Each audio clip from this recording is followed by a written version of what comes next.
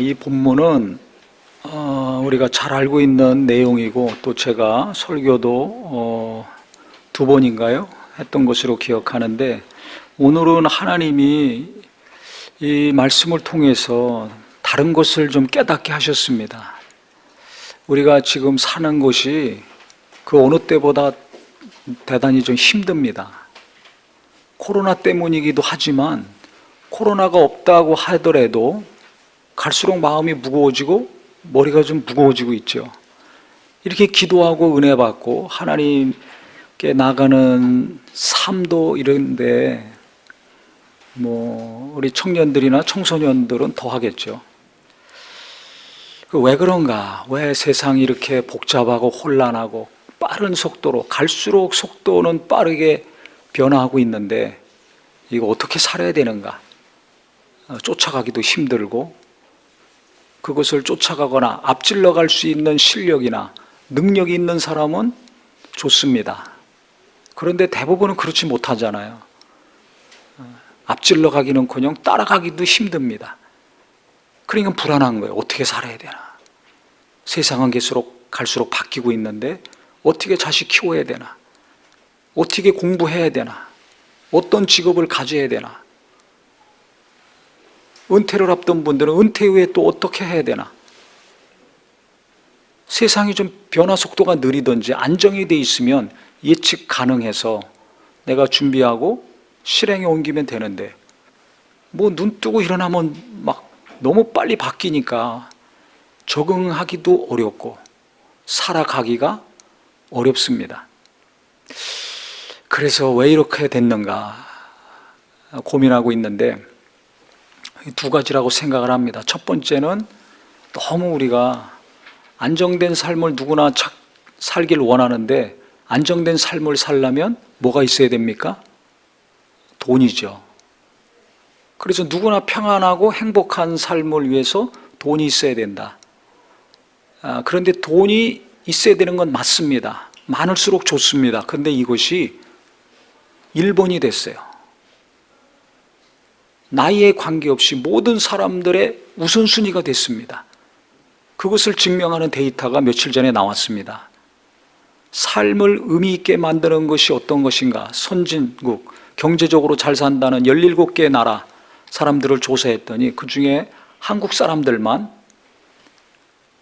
넘버원, 랭킹 1위가 뭔지 아세요? 물질적인 풍요예요.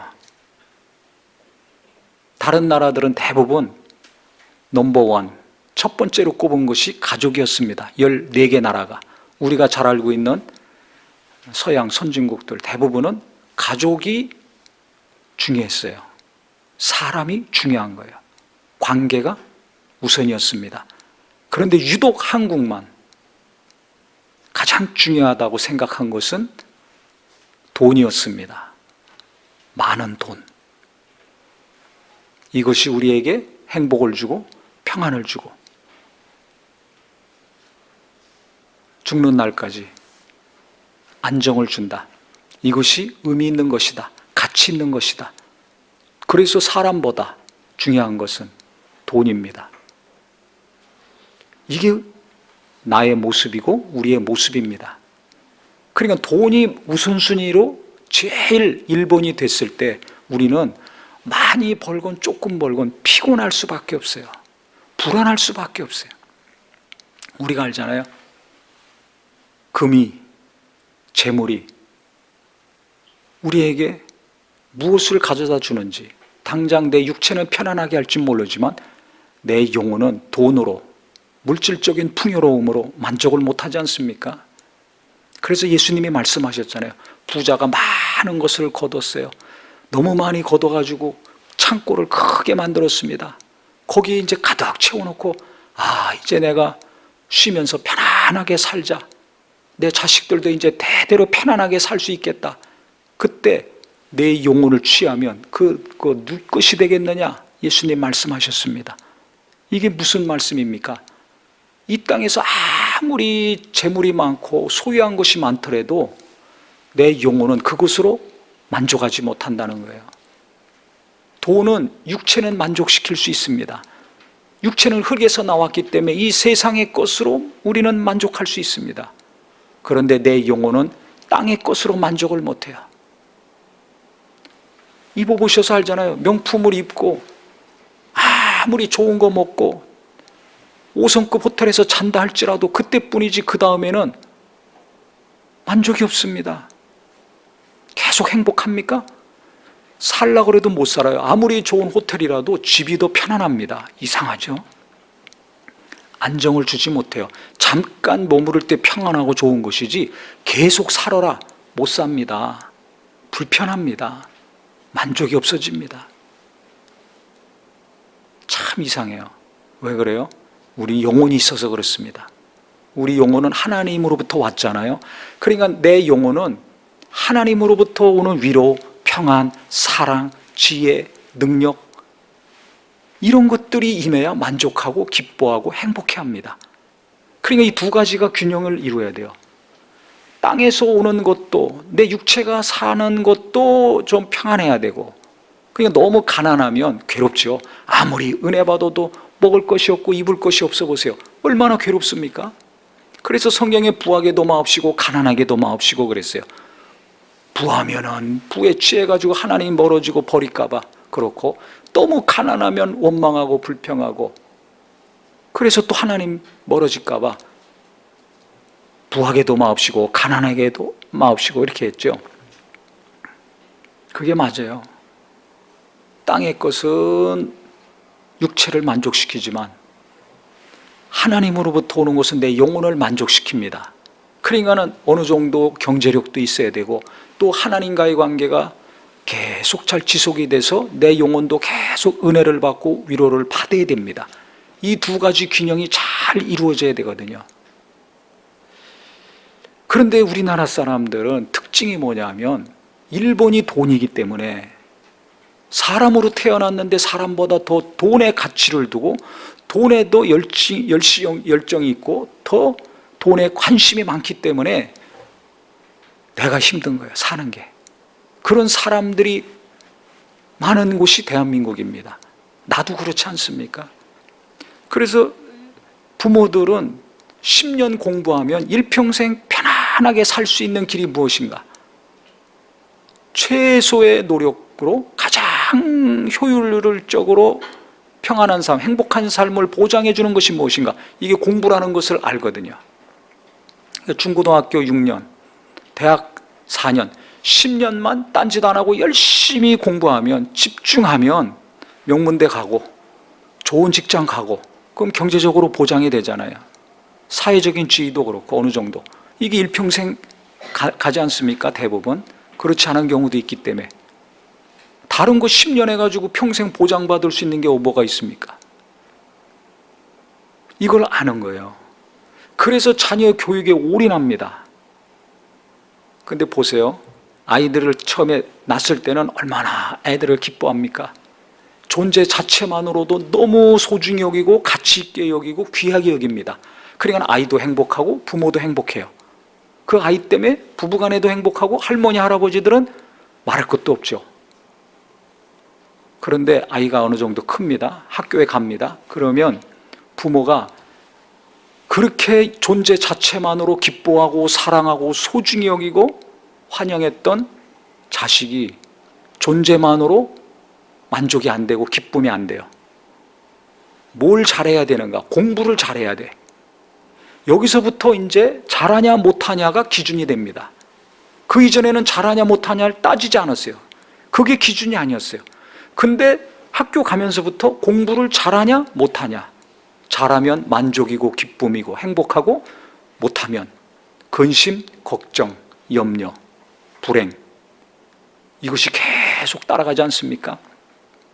부모의 걱정, 염려, 근심이 그대로 입에로 나오고 표정으로 나오니까 자녀들에게 전달이 됩니다. 공부 잘하면 괜찮은데 못하면 어떻게 됩니까? 자녀들의 마음이 얼어붙습니다. 왜? 어머니 아버지가 나를 대하는 것이 달라졌잖아요. 표정이 달라지고 말이 달라졌어요. 그 10년, 20년 동안 걱정, 염려, 근심, 불안, 슬픔, 그것을 계속 받으면서 삽니다. 그럼 어떻게 됩니까? 아이들이 중학교, 고등학교 가면 벌써 차이가 나잖아요. 고등학교부터 벌써 등급이 있잖아요. 대학교 가면 또 등급이 있잖아요. 학교마다. 졸업하면 직장도 다 등급이 있잖아요. 그 다음에 직장 다니면서 나중에 살다 보면 사는 지역도 다 등급이 있습니다. 한 예를 들어 볼까요? 목사님들도 이렇게 만나잖아요. 이 교회가 어디 있습니까? 처음에 개척했을 때 우리가 서초동에서 학원에서 빌려서 했으니까 서초동에 있습니다. 그러면 다 눈이 커지고 입이 좀 벌어져요. 강남에서 목회하시느냐. 그 다음에 우리가 일로 옮겼잖아요. 1년 후에. 그래서 요새 어디 네, 어느 지역에 있습니다. 어느 동네입니다. 얘기하면 그래요? 눈이 안 커지고 입도 안 벌어지고 표정도 별 변화가 없어요. 이상해요. 서울입니다. 그럼 서울에 있구나. 그러면 되지. 서울 어딥니까를 꼭 물어봐요. 목사들도 그런데 교회도 그런데 다른 것은 말할 것도 없죠. 이건 우리나라만 그렇지 않아요. 전 세계 어디나 마찬가지입니다. 미국에 삽니까? 미국 어디 삽니까? 꼭 묻습니다. 우리도 그렇잖아요. 어디 사는지 지역을 물어요. 그건 왜 그렇습니까? 이 사람이 어느 정도 경제력을 가졌느냐, 어느 정도 위치에서 사느냐, 그게 단번에 파악되니까 그렇죠. 그게 왜 궁금합니까? 나도 모르는 사이에 그것이 사람을 대하는 기준, 사람을 만나는 기준, 사람을 보는 기준이 됐어요. 자녀들은 공부를 잘하냐 못하냐, 좀 크면 어느 학교를 나왔냐, 어느 직장을 다니냐, 어느 동네 사냐, 결국은 뭡니까? 다 돈이잖아요. 숫자입니다. 그래서 가만히 보니까 사람들을 다 숫자로 취급하고 있는 거예요. 그래서 우리가 피곤하구나. 그렇게 기도하고 은혜 받고 하나님을 의지해도 왜 마음이 힘드는가? 왜 지치는가? 왜 가만히 있으면 가슴이 먹먹해지고 한숨이 나오는가? 가만히 보니까 사람 간에 따뜻한 것이 없어요. 다 숫자화 해가지고 숫자로 다 취급하고 있는 거예요.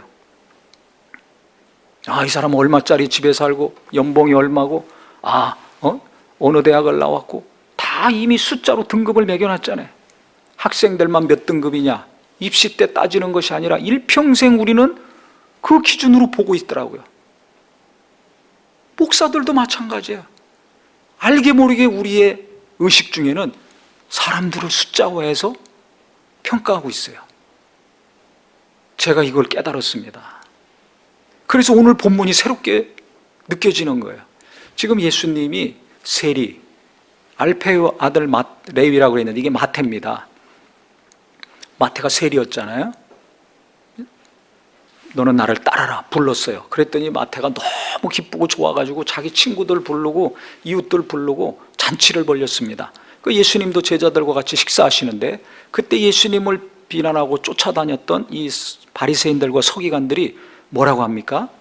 예수께서 죄인과 세리들과 함께 잡수시는 것을 보고 그 제자들에게 이르되 어찌하여 세리 및 죄인들과 함께 먹는가? 이게 무슨 소리예요? 몰라서 물은 것이 아니라 왜 세리와 죄인들과 같이 있느냐? 또 밥을 먹고 있느냐? 대화를 하느냐?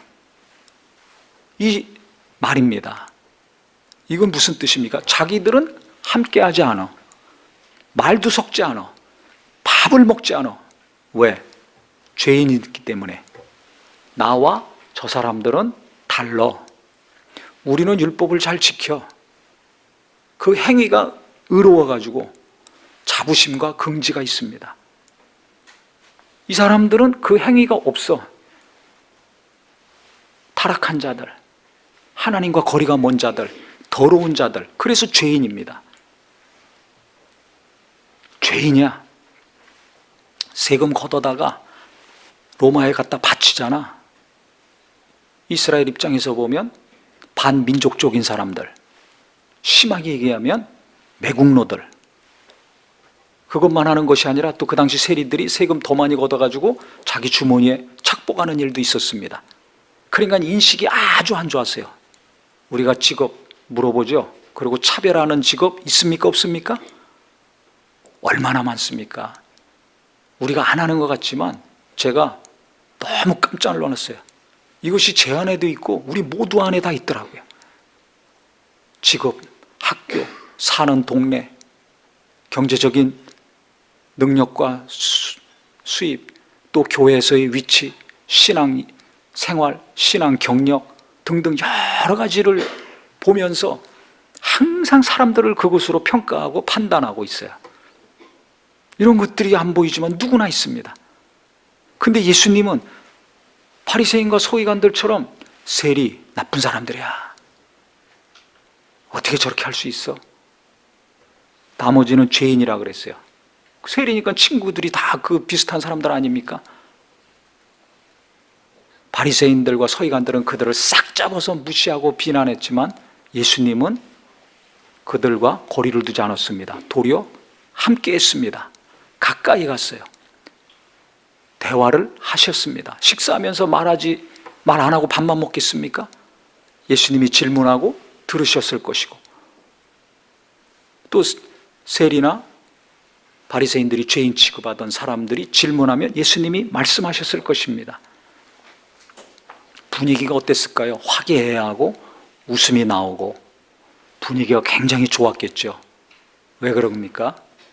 차별하지 않았어요. 거리를 두지 않았어요. 하나님 말씀대로 살고 하나님을 사랑하고 열심히 신앙생활 한다는 사람들은 차별하고 무시하고 비난하고 정죄하기 바빴는데, 그들과 함께하는 예수님을 도무지 이해하지 못하고 같이 비난했는데 예수님은 왜 이런 행동을 하셨을까요? 주님은 우리를 구원하러 오신 구주십니다. 예수님이 보실 때는 이 땅에 있는 사람들은 다 똑같아요. 우리끼리 볼 때, 내가 볼 때 내가 공부를 잘하냐 못하냐, 그래서 괴로워하기도 하고 의기양양하기도 하고, 또 내가 일을 잘하냐 못하냐, 사업을 잘하냐 못하냐, 신앙생활을 잘하냐 못하냐, 맨날 잘하냐 못하냐 따지면서 잘하면 기뻐하고 평안하고 못하면 괴로워하잖아요. 그러니까 이 사람들, 신앙생활 잘하는 사람들은 못하는 사람들 이해를 못해. 자기들끼리만 몰려다니는 거예요. 우습게 여기고. 이런 거 우리한테 있잖아요. 근데 예수님은 잘하냐 못하냐 이게 기준이 아니었습니다. 이게 너무 중요합니다. 잘하냐 못하냐를 우리는 항상 따져요. 연봉이 뭐예요? 연봉 자체가 일 잘하면 돈 많이 주고 쓰는 곳이고, 일 못하면 조금 주겠다는 거 아닙니까? 돈 주는 만큼 사용하겠다는 거 아닙니까? 거기는 은혜가 없어요. 사람을 존중하고 귀하게 여깁니까? 월급 주는 만큼, 연봉 주는 만큼 뭔가를 요구하지 존중하고 대우합니까? 실력 없고 실적 없어 보세요. 당장 내쫓든지 연봉을 낮추지 않습니까? 그래서 괴로운 거 아닙니까? 더 일하고 싶어도 은퇴를 해야 됩니다. 나가야 됩니다. 그러니까 이 세상은 모든 기준이 잘하냐 못하냐 이겁니다. 학생들도 왜 학교 다니기 괴롭습니까? 왜 부모도 괴롭고 자녀도 괴롭습니까? 공부 잘하냐 못하냐가 기준이 되면 이거 괴로운 거예요. 근데 예수님은 이 기준으로 우리를 대하지 않았어요. 그러니까 세리, 죄인들, 당시 신앙생활 잘한다고 하는 사람들이 차별하고 무시하던 사람들 속으로 들어가신 겁니다. 이게 중요한 겁니다. 예수 믿는 사람들 뭐가 중요합니까? 뭐가 의미 있는 겁니까? 뭐가 소중하고 가치 있는 겁니까? 넉넉한 경제력, 물질보다 주님이 나를 있는 그대로, 내가 못할 때, 죄인이었을 때, 원수되었을 때 공부 못하고 직장생활도 못하고 사업도 못하고 살림도 못하고 못하는 거 많지만은, 그래서 내가 괴롭고 나 때문에 내 가족들도 힘들지만, 앞날이 깜깜하고 답답하지만 주님은 나를 못한다고 여기지 않으세요. 내 존재 자체를 너무 소중히 여기시고 귀하게 여기십니다. 이걸 예수님이 오셔서 증명해 주셨어요. 어떻게? 내 연약함 때문에 고난을 받으셨잖아요. 생각해 보세요. 나를 얼마나 중요하게 여기시면 내 죄를 담당하시고 내 허물을 담당하시고 내 연약함 다 담당하시고 그렇게 피 흘리시고 죽기까지 하십니까? 예수님이 그 정도로 고난을 받으시고 목숨까지 다하실 정도의 가치가 있는 존재가 누굽니까? 나예요. 이 땅의 모든 인간입니다. 이게 너무 깨달아지는 거야. 나는 좀 뭐 못할 때 얼마나 좌절하고 낙심합니까? 잘하는 사람 보면 얼마나 열등감에 시달립니까? 인생 망한 것 같잖아요. 막 쓰레기 같잖아요. 그래서 우울증 걸리고 막 자살하려고 그러잖아요. 근데 주님은 그거 못한다고 실망하지 않아요. 우리가 성경에 보면요, 저는 이제 막 인생을 살면서 고민이 있을 때 창세기 태초로 돌아갑니다. 이 창세기가 중요한 게 그래서 중요해요. 시작이 거기 다 나와 있잖아요. 천지만물의 시작, 인간의 시작, 인생의 시작, 가정의 시작, 죄의 시작, 모든 것의 시작이 창세기 다 나와 있습니다. 하나님이 천지만물을 지으셨을 때 기뻐하셨어요. 만족하셨습니다. 인간을 창조하셨을 때도 기뻐하셨어요. 만족하셨습니다. 그런데 사람은 어떻게 만드셨습니까? 하나님이 자기의 모양과 형상대로 만들어 주셨습니다. 예수님이 그 하나님의 본체시잖아요. 그 예수님을 모델로, 하나님을 모델로 해서 그대로 만들어 주신 거예요. 얼마나 특별한 존재이기에 자기 자신을 모델로 해서 그대로 만드냐 이거예요. 그래서 에베소서 1장 6절, 12절, 14절 세 번이나 강조하고 있는데 똑같이 강조하고 있습니다. 그게 뭡니까? 우리를 창조하실 때 창세전부터 하나님의 은혜의 영광을 찬송하게 하시려는 목적으로 창조하셨다는 것입니다. 그러면 하나님의 영광을 알아야 그 영광을 찬송하죠. 누군가를 칭찬하고 높이려면 그 사람을 알아야 되잖아요. 업적을 알아야 되고 역사를 알아야 되고 그래야 다 칭찬하잖아요. 존경하잖아요. 하나님의 영광, 그 영광을 체험하고 보고 느낄 수 있는 존재가 인간밖에 없습니다. 인간의 육체는 모르지만 인간 안에 있는 영혼, 내 영혼만이 하나님의 영광을 알 수 있고 그 영광의 광채를 비춤받을 수 있는 거예요. 그 하나님의 속성이 어떤 분인가를 내 영혼만큼 알 수 있는 겁니다. 내 육체는 몰라요. 그래 육적인 사람들은, 육신의 소욕에 속한 사람들은 그래서 하나님을 모르는 겁니다. 근데 물질의 풍요가 나를 행복하게 해준다. 그러니까 영혼은 계속 메말라가고 있는 줄 모르고 물질만 쫓아가는 거죠. 세상 쫓아가기 급급한 거예요. 내 영혼은 하나님의 영광을 볼 수 있는 자입니다. 내 영혼은 하나님의 속성을 알 수 있는 자입니다. 그것을 맛보고 체험해서 하나님을 찬양하고 경배하고 높이는 자입니다. 그러니까 하나님이 얼마나 특별한 존재로 나를 만드셨는가, 인간을 만드셨는가 깨닫는 은혜가 있었으면 좋겠습니다. 내가 지금 어느 동네 살아? 직업이 뭐야? 몇 점짜리야? 어느 대학 나왔어? 내가 지금 어느 정도 위치에 있어? 이게 중요한 게 아니에요. 그게 자꾸 나를 중요하다고 생각하게 만드는 사람, 이 세상의 유행과 풍습이 우리를 힘들게 하고 있는 겁니다. 진짜 행복한 자가 되려면, 진짜 자녀들이 행복하게 살게 하려면 하나님이 나를 어떻게 만드셨는가, 우리를 어떻게 만드셨는가, 얼마나 하나님이 나를 소중히 여기시고 가치 있게 여기시고 귀하게 여겨주시는가 깨닫는 은혜가 필요합니다. 그렇게 중요하고 가치 있는 존재로 만드셨기 때문에 예수님이 오셔서 고난받으시고 나를 살려주신 거예요. 죄 없는 분이 목숨까지 다 버리시면서 그렇게 고난을 받으시면서 건져내실 정도로, 구원하실 정도로 내가 존재 자체가 가치가 있다는 겁니다. 중요하다는 것입니다. 내가 얼마나 특별한 자인지 예수님이 오셔서 증명을 해 주신 것입니다. 그래서 오늘부터 내가 좀 못하는 거 여러 가지 있잖아요. 그것 때문에 너무 괴로워하지 않았으면 좋겠어요. 왜? 내 존재 자체가 하나님이 보실 때는 너무나 크고 너무나 가치 있고 너무나 소중하고 존귀하기 때문에 그렇습니다. 나만 그렇습니까? 내 옆에 있는 성도, 가족들, 이웃들, 그 사람들을 향해서도 주님은 똑같이 소중히 여기시고 귀하게 여기십니다. 근데 나는 지금 바리새인들, 서기관들이 성경 본문에서 하듯이 이런 눈으로 보고 내가 살아온 거, 열심히 한 거, 내가 잘하고 있는 것이 기준이 돼가지고 판단하고 있지 않는가. 이것들이 하나 둘씩 예수 안에서 무너지고 없어지기를 바랍니다.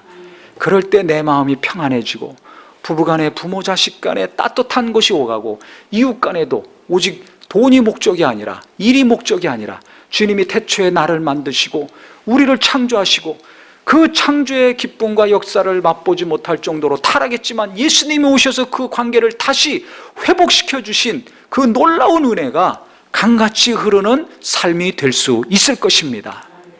중요한 것은 주님은 나를, 내 존재 자체를 그냥 따뜻하게 바라보고 계시다는 거예요. 찬바람이 안 불어요. 뭐 못한다고? 찬바람이 안 불어. 우리는 내가 못할 때 나한테 채찍을 가하잖아요. 누군가 못하면 바로 찬바람이 내 입에서 막 내 눈에서 나가지 않습니까? 근데 예수님은 그게 없어요. 하나님은 그게 없어요. 이게 은혜입니다. 은혜는 따뜻한 겁니다. 예수님은 이 땅에 오셔서 각 사람에게 빛을 비춰주셨다고 그랬어요. 왜? 어두움이 있으니까. 왜 어두워요? 이 세상이 이렇게 환하고 밝은데 영혼이 어둡다는 거죠. 죄 때문에. 하나님과의 관계가 단절됐기 때문에 어두운 거예요. 그래서 영혼의 빛을 비춰주신 겁니다. 그래서 예수 믿으면 평안하고 기쁜 거예요. 왜? 영혼이 살아났으니까. 따뜻함을 느꼈잖아요. 이게 사랑 아닙니까? 사랑은 차가운 게 아닙니다. 근데 못해. 그러면 막 찬바람이 막 나가잖아요. 존재만으로, 인간으로 태어났다는 것 자체만으로, 나와 같이 함께하고 있다는 것 자체만으로 귀하게 여기고 소중히 여긴다면 따뜻하게 나가요. 야단을 치고 훈계한다 할지라도 중요하고 가치 있고 소중히 여기는 마음을 가지고 야단을 치고 훈계하면 상처 많이 받지 않습니다. 근데 작은 한마디에도 깊이 칼같이 꽂히는 경우 있죠. 왜 그래요? 따뜻함이 없어요. 냉정함으로 대해서 그래요. 그래서 우리가 삶이 힘든 거예요.